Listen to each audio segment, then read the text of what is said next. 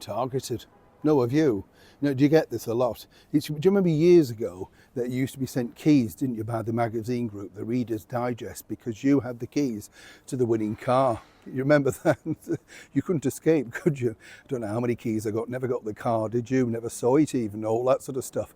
But it's interesting to note, isn't it, now how they decide to target you, particularly these companies that have actually brought on their downfall themselves. And I just find this sort of stuff absolutely fascinating because they continue to make mistakes, all the while demanding money from you. As ever, let me explain. Oh, yes. Oh, sorry. We'll have a quick wave. You all right? Thank you. Yes. Now, listen. I'm sure we're all struggling, aren't we? I don't know about you. You have to be very selective, don't you, about any charitable concern that you want to support. I prefer to go to local things, where there's fates and stuff like that, knowing that at least you're giving the cash and you can actually see some visible, tangible results.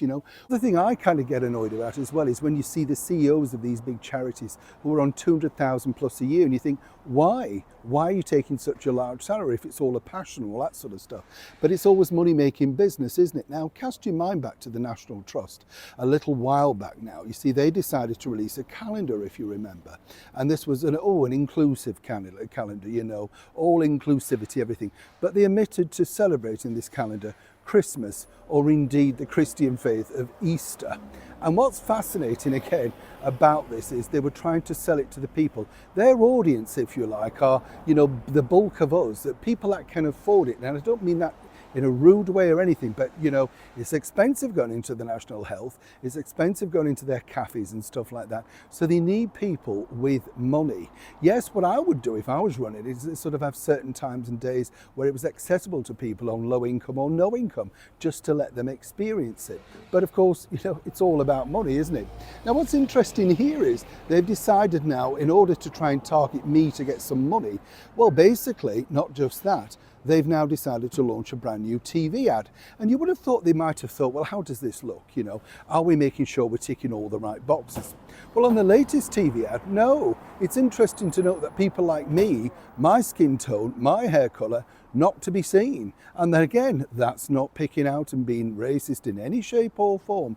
What that's actually saying is, look, it's not really for you. Now, if you want to get people to come in like me who have a little bit of spare change that might think, yeah, I'll have a day out in there, let's include everybody, whether that be African, Chinese, Japanese, wherever you're from, Spanish, do a group thing then, so you can't offend people. These are the people, as I say, being paid £200,000 a year, and this is the best they can come up with in order to try and secure your money. But if they didn't start banning stupid things and, of course, trying to omit British history from their properties in the name of wokeness, and more importantly, excluding festivals that means so much to those particular people, then really, you wouldn't have to make such ridiculous ads and waste even more money. And when you look at their ads, they're not rating particularly well. And the bottom line is this year, the National Trust is down. Whose fault is that, do you think? As ever, I'd love to know what you think, and please do like and share this video. Neil Sean in the very heart of London.